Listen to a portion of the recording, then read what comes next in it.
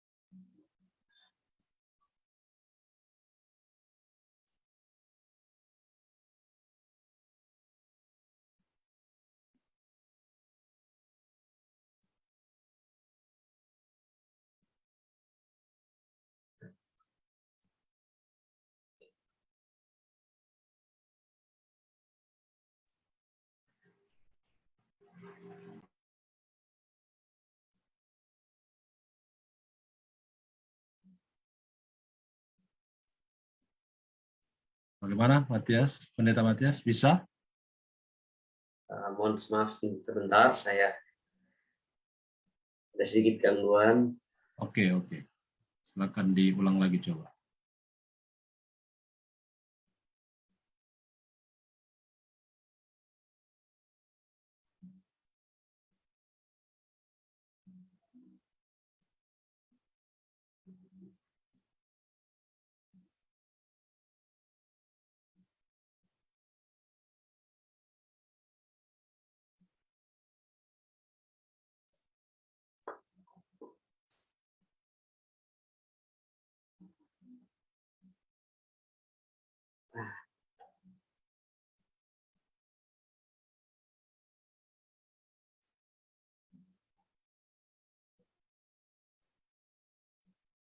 Oke, sudah bisa. Ya, mantap. Oke, baik, terima kasih. Mohon maaf karena ada sedikit gangguan. Jadi pada malam ini kita akan belajar mengenai kemenangan Kristus atas kematian. Pelajaran sekolah sahabat kita, pelajaran yang ke-7 ini menjadi pelajaran yang sangat penting bagi kita orang percaya, oleh karena disinilah puncak, ya, pusat dari iman kita kepada Tuhan, iman kita sebagai orang Kristen, pengikut Kristus. Ini adalah pusat daripada kemenangan kita atas dosa. Dan selain daripada itu, kita dapat melihat dalam pelajaran kita di mana Paulus memberikan keterangan yang sangat luar biasa dalam 1 Korintus pasal 15 ayat yang ke-16 sampai ayat yang ke-18, di mana dia katakan di sana dengan satu statement yang luar biasa. Dia katakan bahwa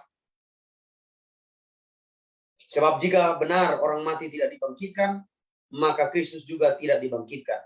Dan jika Kristus tidak dibangkitkan, maka sia-sialah kepercayaan kamu, dan kamu masih hidup dalam dosa. Demikianlah binasa juga orang-orang yang mati di dalam Kristus. Untuk itulah makanya ini menjadi pelajaran yang sangat penting untuk kita pelajari bersama pada malam ini mengenai kemenangan Kristus atas kematian. Karena seandainya Yesus tidak menang, maka kita pun tentunya tidak akan pernah menang dari dosa, dan tentunya kita akan terus mati untuk selama-lamanya karena maut memisahkan kita untuk selamanya dari Allah.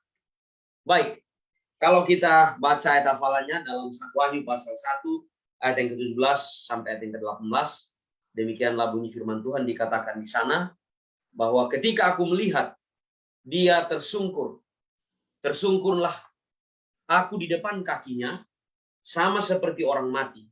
Tetapi ia meletakkan tangan kanannya di atasku lalu berkata, jangan takut, aku adalah yang awal dan yang akhir dan yang hidup. Aku telah mati, namun lihatlah aku hidup sampai selama-lamanya. Dan aku memegang segala kunci maut dan kerajaan maut. Ya, tadi di awal saya katakan bahwa pelajaran kita malam ini menjadi penting. Karena ini adalah pusat dari iman Kristen, adalah kebangkitan Kristus. Dan sebagaimana tadi saya katakan bahwa Paulus memberikan penegasan yang luar biasa. Dan dia tuliskan bahwa sebab jika orang mati tidak dibangkitkan, maka Kristus juga tidak dibangkitkan. Dan jika Kristus tidak dibangkitkan, maka sia-sialah kepercayaan kamu, dan kamu masih hidup dalam dosa. Demikianlah binasa juga orang yang mati dalam Kristus. Sehingga dalam hal ini, maka pelajaran kita sepanjang minggu ini, kita akan belajar dan melihat dengan rinci bagaimana peristiwa Yesus harus mati karena dosa-dosa kita, dan oleh kematiannya dia memberikan kemenangan yang menjadi jaminan bagi kehidupan kita sebagai orang-orang yang percaya kepada Yesus Kristus.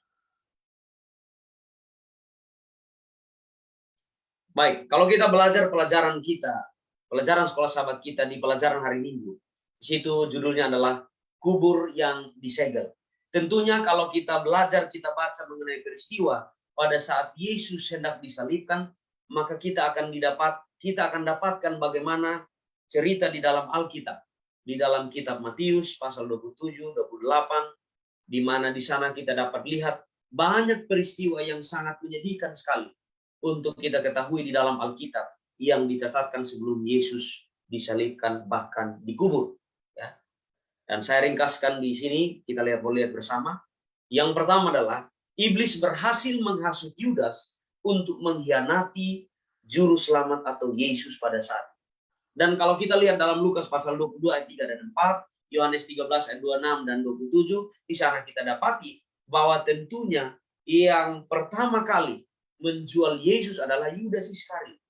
Dan kita tahu bersama bahwa di balik daripada apa yang dibuat oleh Yudas, ini dipengaruhi oleh iblis yang menggerakkan Yudas untuk melakukan hal tersebut. Sehingga kita dapat tahu bersama bahwa ini sesuatu yang sangat menyedihkan. Kenapa? Karena Yudas adalah salah satu murid Yesus, tetapi setan berhasil menghasut Yudas untuk mengkhianati Yesus pada saat itu. Yang berikut, para imam kepala dan tua-tua jemaat menuntut kematian Yesus. Kalau kita baca peristiwa ini, Matius 26 ayat 59, Matius 27 ayat 20, di sana kita dapati bahwa para imam kepala dan tua-tua jemaat waktu itu mereka mendesak, menuntut untuk kematian Yesus. Ya, walaupun tadi didorong oleh Yudas, ya, Yudas mengkhianati juru selamat dengan menjual Yesus, dan pada saat itu juga pas dengan keinginan kuat oleh para imam dan tua-tua jemaat untuk menuntut kematian Yesus waktu itu, sehingga ini melancarkan apa yang mereka mau. Dan singkat cerita, kalau kita baca kisahnya, Yesus ditangkap. Dan pada saat Yesus ditangkap, semua murid-murid lari meninggalkan dia. Dan Petrus pun menyangkal dia kalau kita ikuti rentetan peristiwa. Dan dalam pelajaran sekolah sahabat kita menuliskan bahwa Yesus terbaring dalam kubur yang dipahat dari batu, ditutup dengan batu besar, disegel, dilindungi oleh para penjaga Romawi. Tentunya kita dapat lihat bersama bahwa kenapa kubur Yesus disegel? Karena ini ada dorongan yang kuat dari orang pemimpin-pemimpin agama waktu itu yang mendukung menuntut kematian Yesus. Sehingga kubur Yesus disegel waktu itu. Bukan hanya disegel, diberikan juga penjaga untuk menjaga kuburan Yesus. Pada saat Yesus mati di atas kayu salib lalu diturunkan dan dikuburkan. Kuburnya disegel. Dan tentunya kita lihat bersama bahwa dalam hal ini kelihatannya setan berhasil oleh karena apa yang dia inginkan. Dia bekerja melalui Yudas, bekerja melalui para imam dan kepala atau tua-tua jemaat waktu itu. Dan juga melalui apa yang dia lakukan, dia pikir dia sudah menang. Tetapi kita lanjut tentunya di pelajaran hari Senin. Kita tahu bersama di sana bahwa dia telah bangkit, Yesus bangkit. Ya. Dan kalau kita baca pelajaran sekolah sahabat kita, saya ringkaskan, saya tuliskan dalam PowerPoint, dikatakan bahwa kemenangan Kristus atas iblis dan kekuatan jahatnya telah dikunci. Ya. Kekuatan jahatnya telah dikunci di atas kayu salib dan ditegaskan oleh kubur yang kosong. Ya. Walaupun tadi iblis sudah berpikir dia sudah menang. Dengan tadi kalau kita lihat melalui Yudas, melalui para kepala imam, melalui para penjaga-penjaga kubur, bahkan disegel lagi kuburan Yesus. Iblis berpikir dia sudah menang. Tetapi kemenangan Kristus atas iblis dan kekuatan jahat bahkan seluruh yang dia lakukan ditegaskan lagi dengan kubur kosong pada saat kebangkitan Yesus di hari yang ketiga setelah kematian. Ketika Yesus dibaringkan dalam kubur, seperti tadi saya katakan, iblis menang. Ia berani mengharapkan bahwa Yesus tidak akan mengambil hidupnya kembali. Ia menempatkan penjaga-penjaga di sekeliling kubur, berusaha menahan Kristus sebagai tahanan. Ya, tadi iblis sudah berpikir bahwa dia sudah menang ketika Yesus masih berada dalam kuburan.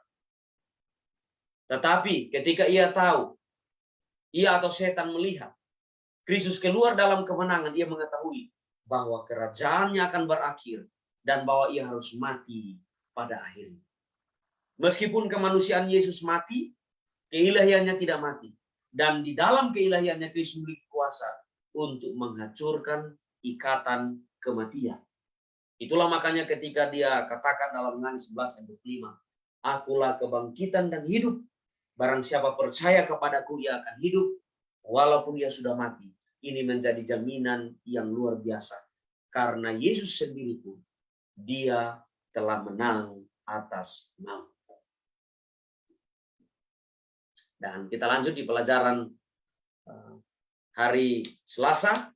Kita dapati di sana mengenai banyak yang bangkit bersama dengan. Nah, ada hal yang menarik. Ada peristiwa yang mendahului atau sebelum kebangkitan Yesus yang menandakan bahwa Yesus sangat berkuasa. Kalau kita baca di dalam Alkitab, Matius pasal 27 ayat 50 dan 51, terjadi gempa bumi yang luar biasa. Pada saat Yesus mati, bumi berguncang, batu-batu terbelah, kubur-kubur terbuka, dan tubuh dari orang-orang suci yang sudah mati dibangkitkan untuk hidup. Lalu kita tahu bersama orang-orang kudus ini menjadi saksi kebangkitan Kristus sendiri dan sebagai bentuk dasar bagi mereka yang akan dibangkitkan pada kebangkitan terakhir. Nah, kalau kita belajar pelajaran sekolah sahabat kita, maka kita tahu bersama dijelaskan di sana bahwa ada kebangkitan pada saat kematian Yesus, di mana orang-orang suci itu bangkit. Dan ini menjadi pengharapan, ini menjadi dasar bagi kita yang akan dibangkitkan pada kebangkitan terakhir, pada saat kedatangan Yesus yang kedua kali. itu mendahului menjadi dasar yang kuat bahwa setiap orang yang percaya kepada Yesus akan bangkit walaupun sudah mati. Dan kebangkitan orang-orang kudus waktu itu menjadi gambaran bagi orang-orang yang percaya kepada Tuhan. Bahwa ketika dia datang, ya, sebagaimana dia bangkit, orang-orang itu bangkit. Maka hal yang sama akan terjadi kepada orang-orang yang percaya kepada Tuhan. Dan di pelajaran hari Rabu, kita temui di sana saksi-saksi Kristus yang telah bangkit. Bapak, Ibu, saudara-saudara, sahabat-sahabat konsep boleh cek dalam Alkitab banyak sekali. Tetapi saya tuliskan beberapa hal yang di pelajaran sekolah sahabat kita juga dijelaskan di sana. Maria Magdalena dan teman-temannya wanita. Pada saat pagi-pagi benar mereka mau berkunjung melihat kuburan Yesus, ternyata Yesus sudah bangkit. Dan mereka juga menjadi saksi karena ada malaikat yang bertemu dengan mereka. Lalu kita lihat bersama Yesus menampakkan diri setelah kebangkitannya kepada banyak orang. Ya, Matius 28 ayat 9 sampai 10 dan juga Yohanes 20 ayat 14 sampai 18. Lalu ia menampakkan diri kepada Petrus, ya, dalam Lukas 24 ayat yang ke-34. Lalu Yesus menampakkan diri kepada dua murid saat perjalanan ke Emmaus. Yesus bertemu dengan kedua murid dan dua murid ini juga menjadi saksi akan kebangkitan Yesus. Yesus menampakkan diri di ruang atas. Waktu itu murid-murid sedang berkumpul, tiba-tiba Yesus datang. Bahkan lebih banyak lagi bukti mengenai kebangkitan Yesus yang bisa kita temukan di dalam Alkitab. Kalau kita baca pelajaran sekolah sahabat kita, di sana dituliskan banyak hal. Banyak orang-orang yang sudah menjadi saksi akan kebangkitan Yesus. Dan menurut Alkitab dituliskan Roma 15 ayat 4 bahwa segala sesuatu yang ditulis terlebih dahulu menjadi pelajaran bagi kita supaya kita teguh berpegang dalam iman kita kepada Yesus Kristus. Dengan demikian, saksi-saksi yang sudah ada dalam Alkitab yang menyaksikan kebangkitan Yesus ini menjadi kekuatan juga bagi kita yang mengharapkan akan kehidupan kekal itu dari Yesus. Bahwa sebagaimana mereka sudah menyaksikan dan kita yang sudah membaca mengetahui bukti dari kebangkitan Yesus. Ini menjadi kemenangan yang mutlak bagi kita yang beriman kepada bahwa kita yang percaya kepada Yesus, kita akan mengalami kematian. Tapi sebagaimana Yesus bangkit, maka kita juga akan dibangkitkan seperti Yesus. Lalu di pelajaran hari Kamis, pelajaran yang terakhir, kalau kita baca pelajaran sekolah sahabat kita, maka Rasul Paulus menyinggung mengenai buah sulung. Ya. Pelajaran sekolah sahabat kita tuliskan persembahan buah sulung adalah praktik orang Israel kuno. Ya. Dikatakan pelajaran sekolah sahabat kita dengan maksud keagamaan yang mendalam. Ini adalah pengakuan suci dari Tuhan sebagai pemberi yang murah hati, yang telah mempercayakan penata layanannya dengan tanah, tempat tanaman bertumbuh dan siap dipanen. Ya, Bapak, Ibu, saudara-saudari, dan juga sahabat-sahabat konsep boleh cek di dalam ayat yang sudah tuliskan. Keluaran 23 ayat 19, Keluaran 24 ayat 36, Imamat 2 ayat 11 sampai 16, dan Ulangan 26 ayat 1 sampai 11. Di situ dituliskan mengenai buah sulung. Paulus menggunakan kiasan dari bidang pertanian untuk menunjukkan bahwa kita akan menjadi seperti Kristus, seperti buah sulung, atau rasa pertama dari hasil tanaman yang matang. Ini menunjukkan seperti apa seluruh hasil panen untuk tanaman itu. Jadi Kristus sebagai buah sulung menunjukkan bagaimana nantinya tubuh kita yang dibangkitkan ketika pada panen terakhir. Allah, Ia akan membangkitkan kita dari kematian dan membawa kita ke hadirat-Nya. Di pelajaran kita sepanjang minggu ini sangat penting bagi kita. Ini menjadi kekuatan bagi kita sehingga kita dapat pastikan malam ini, teman-teman, orang-orang muda, bahkan sahabat-sahabat konsep Bapak Ibu diberkati, bahwa kita semua memiliki pengharapan yang pasti karena kabar baik yang kita pelajari malam ini mengenai kemenangan Kristus atas kematian. Dan sebagai kesimpulan untuk pelajaran sekolah sahabat kita sepanjang minggu ini, saya boleh tuliskan beberapa hal, ada 4 hal di sana. Kemenangan Kristus atas kematian melalui kebangkitan menjadi pusat dari iman Kristen atau pengikut Kristus. Lalu kemenangan Kristus atas kematian melalui kebangkitan memberikan kepastian akan kehancuran iblis pada akhirnya. Kemenangan Kristus atas kematian melalui kebangkitan yang menjadi jaminan kekuatan yang mutlak untuk orang percaya untuk tidak takut setelah kematian. Ya, jadi ini penting bagi kita. Pelajaran kita malam ini atau pelajaran sekolah sahabat kita sepanjang minggu ini memberikan kita jaminan kekuatan yang mutlak bahwa kita yang percaya, kita tidak perlu takut setelah kematian karena kita punya jaminan yang pasti akan kemenangan yang mutlak di dalam Yesus. Dan yang terakhir, kemenangan Kristus atas kematian melalui kebangkitan menjadi harapan bagi orang percaya, bagi sahabat-sahabat konsep, bagi saya, bagi kita semua, sehingga tidak sia-sialah kita menempatkan harapan kita kepada Yesus Kristus. Demikianlah ringkasan pelajaran sekolah sahabat yang boleh saya sampaikan, dan waktu berikutnya kita boleh gunakan untuk berdiskusi bersama-sama. Kiranya Tuhan memberkati. Baik, terima kasih untuk pemaparan yang disampaikan Pendeta Matias pada kita semua sehubungan dengan Yesus sudah bangkit ya dari kematian. Dan pada saat ini kita akan berdiskusi sejenak. Ada beberapa pertanyaan yang sudah masuk yang kita akan diskusikan bersama-sama. Tentu ada juga di sini tim konsep, pendeta-pendeta yang ada di Zoom akan membantu dalam menjawab pertanyaan-pertanyaan yang sudah masuk di kolom komentar ini. Baik, saya akan bacakan yang pertama. Nanti Pendeta Matias boleh menanggapi, setelah itu Pendeta Marositorus. Pertanyaannya seperti berikut. Mana yang lebih penting bagi manusia, kematian Yesus atau kebangkitan Yesus? Lalu, hari apa yang harus kita rayakan? Apakah hari kematian Yesus atau hari kebangkitannya? Ya, silakan Pendeta Matias. Baik, terima kasih. Ini pertanyaan yang sangat baik sekali. Kalau kita lihat buku sekolah sahabat kita di depannya, judulnya adalah tentang kematian, hampir mati, dan harapan masa depan. Dan melalui pelajaran kita malam ini, kita perlu ketahui bahwa kematian dan kebangkitan Yesus, itulah makanya tadi saya katakan, ini menjadi pusat iman Kristen. Kematian Yesus menjadi penting. Kenapa? Karena kematian Yesus di atas kayu salib waktu itu, atau kematian Kristus saat itu, menggantikan kematian kedua yang harusnya menjadi bagian kita, yaitu kematian kekal. Yesus gantikan itu menjadi kekuatan bagi kita. Dan selain itu, kematian Yesus menjadi hal yang penting, karena itu adalah bukti dia menang atas dosa melalui kematian. Dan kebangkitan Yesus juga menjadi penting. Seandainya Yesus mati dan tidak bangkit, maka menjadi sia-sia juga harapan kita kepada Yesus. Itulah makanya Rasul Paulus tuliskan dalam 1 Korintus 15 ayat yang ke 16 dan 17 dikatakan, sebab jika benar orang mati tidak dibangkitkan, maka Kristus juga tidak dibangkitkan. Dan jika Kristus tidak dibangkitkan, maka sia-sialah kepercayaan kamu, dan kamu masih hidup dalam dosa. Jadi kematian dan kehidupan Kristus ini menjadi sangat penting bagi kita. Sehingga ini harus kita percayai, kita imani, dan kita yakini. Jadi ketika ditanya mana yang lebih penting, dua-duanya penting.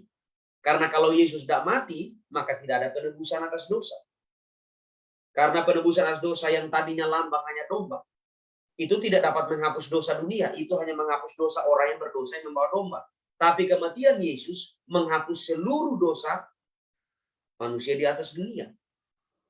Baik yang tadinya bawa domba, maupun yang tidak bisa bawa domba, ataupun di zaman kita saat ini. Sehingga ini menjadi penting. Dan yang kedua, kebangkitan menjadi penting. Karena itu harapan. Kalau Yesus tidak bangkit, setan tertawa. Karena Yesus tidak bisa menjadi apa? Jaminan kehidupan kekal bagi orang yang percaya kepadanya. Sehingga kematian dan kebangkitannya menjadi sangat penting. Lalu pertanyaan berikut yang tadi ditanyakan, lalu kalau begitu, mana yang harus kita rayakan? Ya, hari kematiannya atau hari kebangkitannya? Ya. Yang perlu kita rayakan adalah, atau yang perlu kita rayakan sesuai dengan Alkitab, bagaimana kematian Yesus itu yang dilambangkan melalui perjamuan kudus, ya. Roti yang melambangkan tubuh Kristus, anggur yang melambangkan darah Kristus. Kalau menurut Alkitab, hanya itu yang disuruh supaya kita ingat dan lakukan sampai kedatangan kita yang kedua kali. Hanya itu. Nah, kalau ditanya hari apa yang harus kita rayakan, tidak ada catatan di Alkitab setelah kebangkitan Yesus ataupun kematian Yesus yang mengatakan bahwa karena Yesus bangkit pada hari tertentu atau hari ini, maka kita perlu merayakan hari itu sebagai hari kemenangan. Bahkan ada sebagian orang menganggap itu sebagai hari ibadah. Bagi saya, sesuatu yang tidak ada dasarnya di Alkitab, maka tidak bisa itu kita anggap sebagai kebenaran yang mutlak yang perlu kita hidupkan. Jadi, kalau tidak ada catatan mengenai hari apa yang perlu kita rayakan daripada kematian dan kebangkitan Kristus, yang ada hanya di catatan Alkitab mencatat bahwa kita perbuat akan perjamuan suci, kita lakukan itu sampai kedatangan Yesus yang kedua kali, maka ini menjadi pegangan kita yang harus kita lakukan. Jadi perjamuan kudus adalah bentuk perayaan, mengingatkan kita bagaimana Yesus mengorbankan dirinya di kayu salib menjadi harapan bagi orang percaya. Terima kasih, mungkin itu yang boleh saya jawab dari pertanyaan pertama. Baik, terima kasih Pendeta Matias Tanei. Kita ke Pendeta Maro, mungkin ada yang mau ditambahkan, silakan Pendeta. Baik, jawabannya sudah cukup ya, tapi saya setuju dengan apa yang disampaikan oleh Pendeta Matias, bahwa ketika bicara tentang kematian dan kebangkitan, itu adalah dua hal yang tak bisa dipisahkan, itu paketan dan tidak bisa dianggap satu penting atau tidak penting, atau tidak lebih penting. Ya, artinya adalah pasti dia akan harus bangkit. Ya, kalau dia jadi iman kita fokusnya adalah bagaimana kita berharap ketika Yesus telah mengalahkan kematian, kita akan bersama-sama juga akan dibangkitkan. Karena itulah janjinya dan itulah menjadi harapan kita ketika kita ada di dunia ini. Kemudian yang perlu kita pahami baik-baik adalah bagaimana fokus dalam kematian Yesus itu sebagai pengantara, pengganti. Dengan demikian kita pun bisa menghayati bagaimana makna kematiannya, dan kita selalu diingatkan akan hidup yang baru setelah menerima kematian Yesus. Saya kira itu bisa tambahkan. Terima kasih.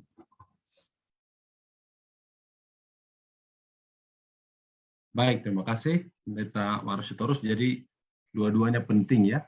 Kematian Yesus penting menjadi tebusan bagi banyak orang. Kebangkitannya apalagi ya, lebih penting untuk menjamin bahwa manusia itu tidak kemudian hanya mati saja, tapi ada kebangkitan dari orang-orang percaya, dan Yesus sudah mengalahkan kematian itu. Sehingga orang-orang yang percaya dalam Yesus nanti pun akan dibangkitkan menerima hidup kekal. Dan apa yang harus dirayakan? Tentu yang harus dirayakan adalah hari memperingati akan kematian Yesus ya. Itu ada di dalam 1 Korintus pasal 11. Lakukanlah ini menjadi peringatan akan aku ya, yaitu untuk mengadakan perjamuan ya, makan roti dan minum anggur. Baik, terima kasih untuk tanggapannya Pendeta Matias dan Pendeta Maro. Pada saat ini kita akan masuk ke pertanyaan berikut dari Facebook Konsep, yaitu Saudara Woldi. Pertanyaannya adalah, selamat malam para pendeta, apakah iblis benar-benar tidak mengetahui bahwa Yesus pasti akan bangkit dari kematiannya yang telah membawa kekalahan total pada kuasa kegelapan? Nah, ini ada pertanyaan ya. Apakah memang benar-benar iblis atau setan tidak tahu bahwa Yesus akan bangkit ya dari kematian yang dia alami ketika di dunia ini? Silakan Pendeta Matias boleh memberikan tanggapan. Habis ini Pendeta Abigail kami. Baik, terima kasih saudara Woldi ya sudah bertanya. Ini pertanyaan yang sangat baik. Tapi tentunya kita lihat bersama di dalam Alkitab dan kita lihat di pelajaran sekolah sahabat kita, jelas di sana bahwa setan tidak tahu. Karena setan juga ciptaan seperti kita. Dia bukan pencipta. Dan dia bukan yang maha tahu ya. Sehingga dia tahu apa yang akan terjadi setelah Yesus dia dalam kubur. Itulah makanya tulisan Roh Nubuat di dalam pelajaran sekolah sahabat kita dikatakan sangat jelas sekali di sana. Ya, dikatakan di sana bahwa ketika ia melihat ketika setan melihat Kristus keluar dalam kemenangan, ia mengetahui bahwa kerajaannya akan berakhir dan bahwa ia harus mati pada akhir. Ya, setan tidak tahu. Tulisan Roh katakan setelah Yesus keluar dari kuburan, maka disitulah setan tahu bahwa dia akan berakhir untuk selamanya. Nah, sehingga dalam hal ini, dan Alkitab juga tidak mencatat bahwa setan tahu bahwa Yesus akan bangkit. Sehingga saya pikir dari kedua hal ini, dasar yang paling utama Alkitab tidak mencatat, tapi tulisan Roh memberikan sedikit gambaran bahwa memang setan tidak tahu.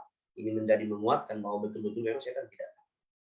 Dan dia tahunya pada saat Yesus keluar dari kubur, Yesus bangkit dari kematian. Disitulah setan tahu. Makanya tulisan Roh katakan bahwa pada saat itulah setan, ia melihat setelah Kristus keluar dari dalam kemenangan, dia mengetahui bahwa kerajaannya akan berakhir dan bahwa ia harus mati pada akhirnya. Alfa Omega jilid 6 halaman 436 sesuai dengan perjanjian sekolah. Jadi saya bisa katakan bahwa setan tidak tahu pada saat itu. Karena seandainya kalau dia tahu, maka tentu dia tidak perlu kasih penjaga, dia tidak perlu menggerakkan orang untuk menyegel kuburan Yesus. Karena dia tahu bahwa dia sudah pasti kalah. Makanya tadi penjelasan pelajaran sekolah sahabat, pada saat Yesus dalam kuburan, dia berpikir dia sudah menang. Kalau setan tahu bahwa Yesus akan bangkit, maka harusnya dia tidak senang ketika Yesus dalam kuburan. Karena dia sudah tahu bahwa dia akan kalah. Tapi bukti dia tidak tahu adalah ketika Yesus keluar dulu. Tulisan Roh katakan bahwa disitulah dia tahu bahwa dia akan berakhir untuk selamanya dengan kerajaan. Terima kasih. Baik, terima kasih Pendeta Matias. Mungkin ada yang mau ditambahkan oleh Pendeta Abigail Sumbing. Silakan. Baik, terima kasih Pendeta Jimmy. Jadi kalau saya kembali melihat ke belakang ya, ketika Yesus pertama kali hadir di dunia pada saat kedatangan yang pertama, iblis berusaha membunuh Yesus bahkan ketika dia baru lahir. Lalu semasa hidup Yesus pun Yesus dicobai. Kita ingat bagaimana Yesus dicobai dan dia meminta Yesus untuk melompat. Artinya pencobaan-pencobaan dari iblis ini mencoba menjatuhkan Yesus, bahkan iblis berusaha untuk mengalahkan Yesus, ya, dalam tanda kutip di sini mengalahkan Yesus sebagai manusia, ya, sebagai manusia termasuk ketika dia dapat merenggut kematian, merenggut nyawa daripada Yesus Kristus itu sendiri. Nah, jadi ketika Yesus mati di kayu salib, ia pun menggunakan alat-alatnya, ya, yaitu manusia, para ahli-ahli Taurat, imam-imam, bahkan muridnya sendiri untuk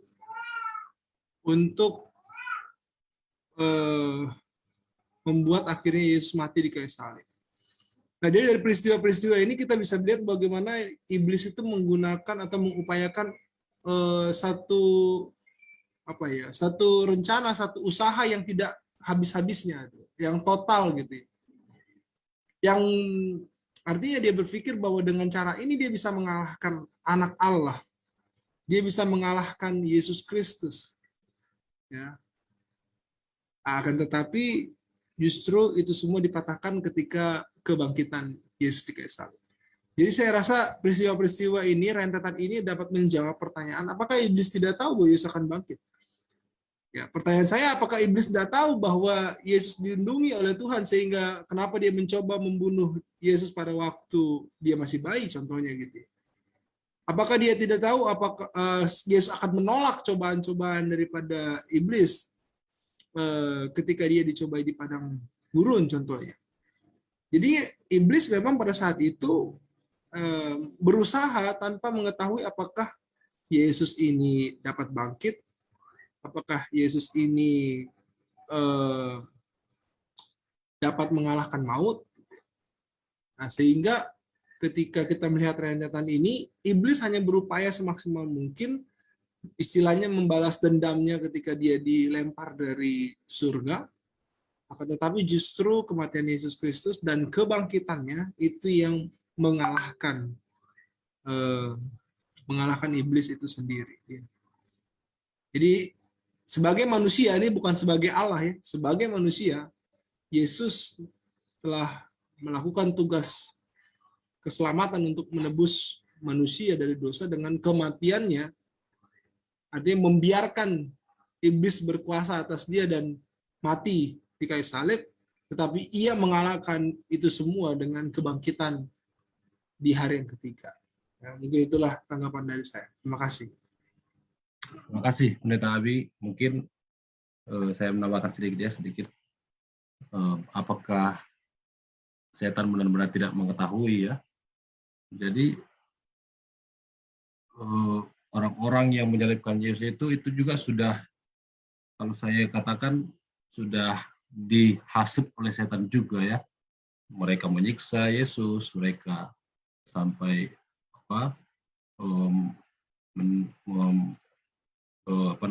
menyalibkan Yesus ya, mengolok-olok Yesus ya. Jadi mereka pada saat melakukan itu kepada Yesus sangat senang. Sampai Yesus mati pun mereka senang. Tapi apa yang terjadi ketika Yesus bangkit? Mereka semua itu ketakutan ya, sangat tidak menerima. Ya. Dan mungkin itu jugalah yang dirasakan oleh setan, tidak menerima ketika Yesus bangkit. Sehingga kalau kita baca di Yohanes pasal yang Matius pasal yang ke-27 dan 28, kebangkitan Yesus itu disamarkan. Ya. Jadi kabar sukacita itu disamarkan oleh orang-orang jahat. Dan itu saya yakin adalah juga pekerjaan setan. Ya. Sehingga setan memang tidak tahu Yesus itu akan bangkit, dan setan pun tidak mau sebenarnya dia bangkit. Sehingga bisalah dia membuat satu penyesatan pada saat itu ya. Dan banyak juga orang akhirnya menerima kekabaran yang tidak benar ini. Sehingga banyak orang sampai sekarang ini merasa bahwa Yesus tidak pernah bangkit. Bahkan dia terus mati di dalam kubur. Nah, jadi ini mungkin bisa kita mengerti bagaimana setan itu sangat suka dengan kematian. Itu sebabnya setan itu sangat suka supaya manusia mati ya. Tidak ada kehidupan bagi manusia. Dia mencobai manusia, dia bahkan menghancurkan manusia, dia membuat cobaan bertubi-tubi supaya manusia itu mati dan hancur bakar binasa. Baik, itu mungkin yang bisa kami tambahkan untuk Saudara Woldi ya. Semoga bisa bermanfaat. Baik, kita ke pertanyaan berikut. Pertanyaan yang ketiga untuk Pendeta Matias. Apakah memang dalam pelajaran ini ada disinggung tentang Paulus ya? Apakah memang Paulus ketika dia hidup, Yesus pernah menampakkan diri langsung kepadanya atau bagaimana peristiwanya? Boleh Pendeta Matias memberikan tanggapan soal ini? Ya, silakan.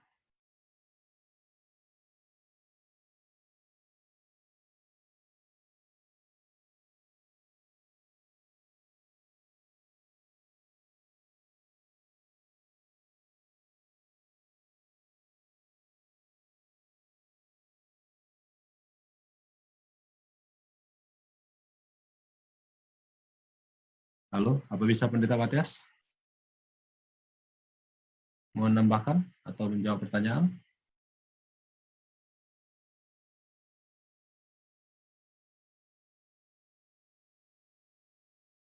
Baik, mungkin ada, mungkin host bisa bantu untuk membuka mute daripada Pendeta Matias.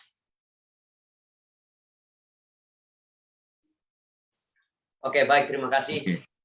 Mohon maaf, ini ada sedikit gangguan dengan tombol mute-nya, unmute.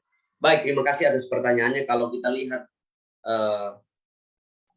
dari pelajaran sekolah sahabat, kita menyinggung tentang bagaimana pertanyaan tadi ya, ditanyakan apakah Paulus ya semasa hidupnya dia bertemu dengan Yesus, sementara waktu itu zaman antara Paulus dan Yesus itu sangat jauh ya. Dikatakan di sini bahwa saya bisa menjawab dari apa yang saya pahami dari pelajaran sekolah sahabat kita, bahwa memang secara tatap muka bertemu langsung seperti murid-murid waktu itu, saya tidak mendapatkan dengan baik dikatakan bahwa bertemu secara muka dengan muka, ya. Tetapi dari pelajaran sekolah sahabat kita dapati di sana bahwa pada saat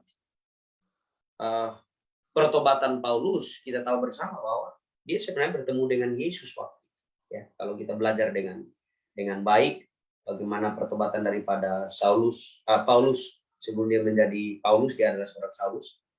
Yesus bertemu dengan dia pada saat pertobatan, sehingga di Kisah pasal yang ke-9 ya pada saat itu, sehingga dapat saya katakan bahwa ya, Paulus juga bertemu dengan Yesus pada saat itu, karena Yesus katakan sendiri ya, yang kau aniaya itu adalah aku, ya, aku yang kau aniaya. Jadi secara tidak langsung kita dapat mendapatkan informasi dari kita bahwa Petrus bertemu Yesus, ya, melalui suara yang kita dengarkan pada saat pertemuannya perjalanannya ke Damaskus. Jadi mungkin itu yang boleh saya jawab, mungkin akan dijawab oleh sahabat-sahabat pendeta yang lain. Baik, terima kasih. Saya melihat di sini Sir Pardosi sudah masuk ke Zoom. Kami berikan kesempatan ini pada Sir untuk memberikan tanggapan dan tambahan atas pertanyaan. Di hari Rabu ini ada ungkapan bahwa Paulus juga mengaku bahwa dia melihat penampakan daripada Yesus yang sudah bangkit itu. Boleh Sir memberikan tanggapannya atas hal ini, silakan. Baik, selamat malam ya, sampai jumpa kembali. Salam jumpa, salam sahabat konsep buat semua saudara-saudara yang mengikuti pembahasan ini secara live di Facebook dan juga nanti di YouTube ya. Kalau kita yakini bahwa Yesus itu disalibkan atau meninggal tahun 31 ya, berarti dia bangkit juga ya di tahun 31 lah. Lalu Stefanus dilempari batu sesuai dengan nubuatan ya, nubuatan 70 minggu Daniel 9 itu tahun 34. Waktu Stefanus dilempari batu, maka Saulus menjadi saksi. Menyetujui pembunuhan Stefanus itu dengan dilempari batu. Antara Yesus mati di kayu salib sampai dia naik ke sorga tahun 31 dengan Stefanus dilempari batu kan tahun 34, berarti hanya selisih 3-4 tahun ya. Berarti waktu Yesus hidup di dunia ini, bahkan sampai dia mati, kira-kira Saulus itu sudah besar atau masih anak-anak? Ya, jawabannya dia sudah remaja atau dewasa gitu. Karena dia itu mengakui bahwa dia adalah dari kaum mazhab Yahudi yang paling keras, dididik dalam pendidikan Gamaliel dan lain sebagainya. Dan itu tidak mungkin dididik dalam 6 bulan gitu. Tiba-tiba Paulus itu muncul dalam 6 bulan jadi tokoh Yahudi yang terkenal di dalam menjaga kemurnian agama Yahudi. Artinya apa? Artinya Saulus itu secara fisik pernah melihat atau bertemu dengan Yesus, walaupun mungkin dia bukanlah seorang yang mempunyai pengaruh besar ya. Nah, ketika bertemu dengan Yesus dalam penglihatan ya, cahaya itu, lalu dia tanya, siapakah kau? Akulah Yesus yang kau aniaya itu. Kan Paulus nggak nanya lagi, Yesus itu siapa ya? Gitu kan, nggak nanya lagi dia. Ya, dia sudah tahu bahwa ini adalah yang pernah dia lihat juga dalam hidupnya secara fisik. Tetapi Yesus ingin menunjukkan kepada Saulus bahwa dia sudah bangkit. Ya. Boleh saja Saulus ini terpengaruh oleh rekayasa berita yang dibuat oleh para ahli Taurat itu kan, dengan berkata bahwa tentara-tentara itu dikasih uang supaya mengatakan bahwa jenazah Yesus itu dicuri oleh murid-muridnya. Nah, jadi boleh saja dia terpengaruh oleh berita itu. Karena kan Yesus itu menampakkan diri kan kepada kelompok-kelompok atau orang-orang tertentu ya. Dan tetap saja ada yang termakan gosip dan ada yang percaya. Nah, boleh saja Saulus itu termakan gosip karena kan dia di lingkungan itu, di lingkungan keagamaan itu. Sehingga Yesus pun menyatakan dirinya kepadanya dengan penampakan pertama di Damaskus itu kan. Ya, bahkan kalau kita lihat pengalaman Paulus kan dia katakan bahwa saya menerima Injil itu bukan dari manusia, tapi langsung dari siapa? Dari Yesus Kristus. Nah, bagaimana dia menerima Injilnya langsung dari Yesus Kristus? Ya, paling tidak ada komunikasi ya. Ada komunikasi Yesus berbicara kepada dia sehingga Injil itu dapat diterima oleh Paulus dan akhirnya diberitakan kepada banyak orang. Ya, jadi itulah kalau kita mau lihat kronologisnya ya, waktu Yesus mati, Saulus ini bukan baru lahir. Ya, bukan baru lahir. Dia sudah remaja, sudah berangkat di atas remaja ya, sehingga 3 tahun kemudian justru dia itu berdiri sebagai saksi untuk kematian siapa? Stefanus. Ya, jadi itu bukan menandakan bahwa dia seorang anak kecil atau seorang remaja, tapi dia sudah mempunyai pengaruh yang besar dalam apa? Dalam keagamaan orang. Baik, terima kasih, Sir. Ya, sudah sangat jelas sekali dijelaskan oleh Sir Pardosi tentang bagaimana kehidupan Paulus ini, sehingga dia dalam 1 Korintus pasal 15 mengatakan bahwa dia sendiri sudah melihat Yesus ya di dalam penampakannya ya. Dan memang benar Paulus sudah pernah melihat Yesus ketika di dunia ini, dan bahwa ketika dia juga dipanggil dari kegelapan untuk menyatakan kebenaran, lebih-lebih lagi dia melihat Yesus di dalam kehidupannya. Dan mungkin juga dalam kehidupan kita pun pernah melihat Yesus melalui mimpi, melalui hal-hal yang lain, aktivitas kita, dan itu menandakan bahwa kita pun dipanggil oleh Tuhan untuk menyatakan kabar keselamatan kepada siapa saja. Baik, pada saat ini kita akan masuk ke closing statement yang akan disampaikan oleh Pendeta Matias tentang pelajaran kita ini. Nanti kita akan lanjutkan setelah Pendeta Matias closing dan akan disambung oleh Pendeta Pardosi. Silakan.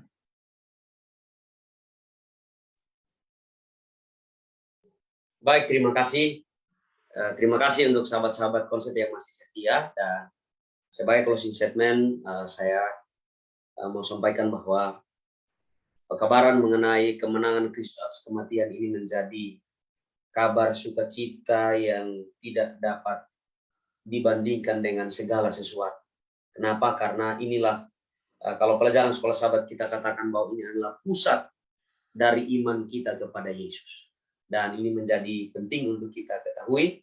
Dan kalau kita percaya akan kebangkitan Yesus, kita percaya akan kemenangan yang sudah dijamin melalui Yesus sendiri, maka kita semua akan seperti Paulus, akan mengatakan kita tidak takut lagi kepada kematian. Bahkan kita akan menyimpulkan seperti Rasul Paulus dalam Filipi 1:21 bahwa bagiku hidup adalah Kristus dan mati adalah keuntungan. Karena kita sudah tahu dengan pasti bahwa Yesus telah menang atas kematian. Dan itu menjadi jaminan yang mutlak untuk kita yang percaya bahwa kita juga akan mendapatkan kemenangan kalau kita terus percaya dan bergantung kepada harapan kita kepada Yesus. Terima kasih. Baik, terima kasih. Kita lanjutkan ke Sir Pardosi untuk closing statement. Jadi sebenarnya kenapa Yesus harus menunjukkan dirinya kepada orang banyak lah saya katakan ya, walaupun mungkin ada kumpulan-kumpulan tertentu. Karena membuktikan Yesus itu bangkit atau tidak, ya dibuktikan dengan kemunculan Yesus itu kan, secara fisik.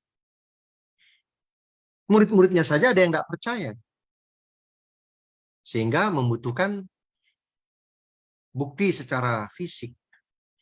Nah, yang menarik itu begini sebenarnya saudara-saudara ya.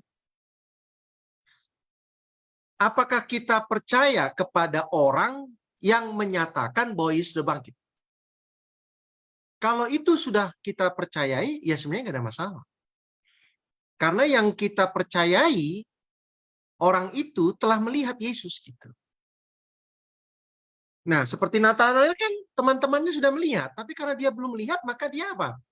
Menyaksikan kan? Menyaksikan. Sehingga Yesus katakan berbagai orang yang percaya tapi tidak melihat. Nah, orang-orang yang disebutkan dalam pelajaran kita ini yang sudah melihat Yesus bangkit, itu ada yang menulis dalam Alkitab, betul ya? Nah, pertanyaan adalah kita mau mempercayai tulisan mereka atau tidak?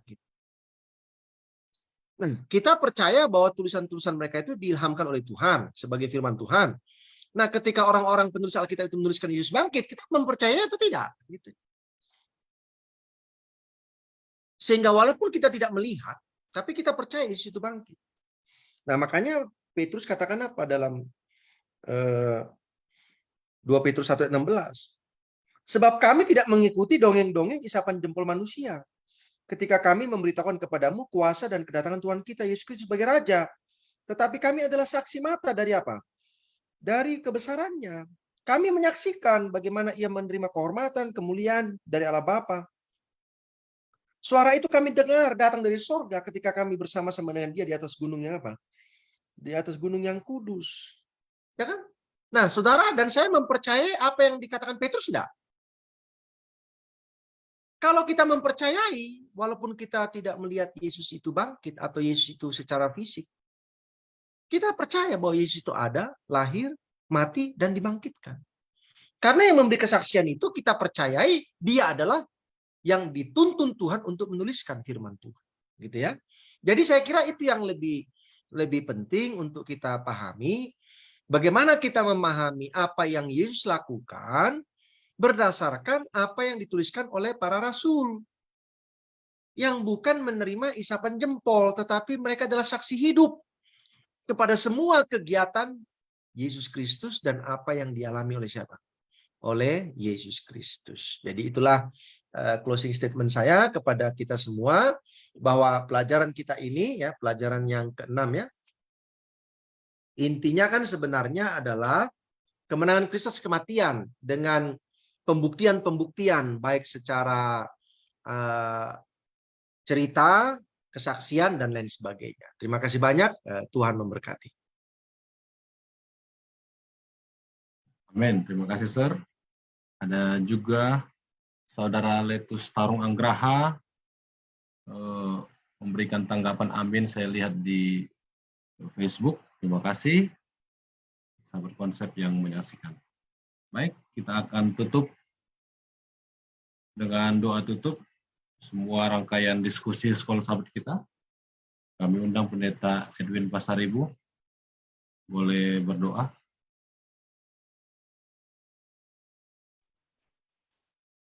Baik, kita sama-sama berdoa. Bapa di surga, terima kasih berkat-Mu pada malam hari ini. Kami bersyukur karena kami boleh bersama-sama dengan konsep untuk belajar firman Tuhan lewat pelajaran sekolah sahabat. Biarlah Tuhan apa yang kami sudah pelajari boleh membawa iman kami lebih dekat kepada Tuhan. Berkati juga sahabat-sahabat konsep yang sudah mendengarkannya dan bahkan yang akan mendengarkannya. Biarlah tuntunan Roh Kudus-Mu juga akan menjadi bagian mereka, sehingga mereka dapat mengerti, memahami, dan bahkan menghidupkan akan firman-Mu. Berkati juga pemateri yang sudah menyampaikan firman, yaitu Saudara Matias dan juga Pendeta Perdosi yang sudah membagikan akan firman. Biarlah tambahkan berkat-berkat-Mu menjadi bagian mereka.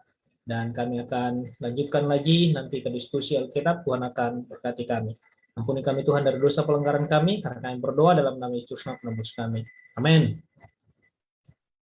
Amin. Terima kasih Pendeta Edwin, terima kasih Pendeta Matias, terima kasih Sir Perdosi dan semua tim konsep yang sudah berpartisipasi, juga sahabat-sahabat konsep yang menyaksikan, dan saudara-saudari semuanya. Kiranya pelajaran ini bermanfaat bagi kita semua, dan kita boleh bagikan kepada orang lain. Sampai bertemu di pelajaran sekolah sahabat berikutnya pada minggu yang akan datang. Selamat malam, kiranya Tuhan memberkati.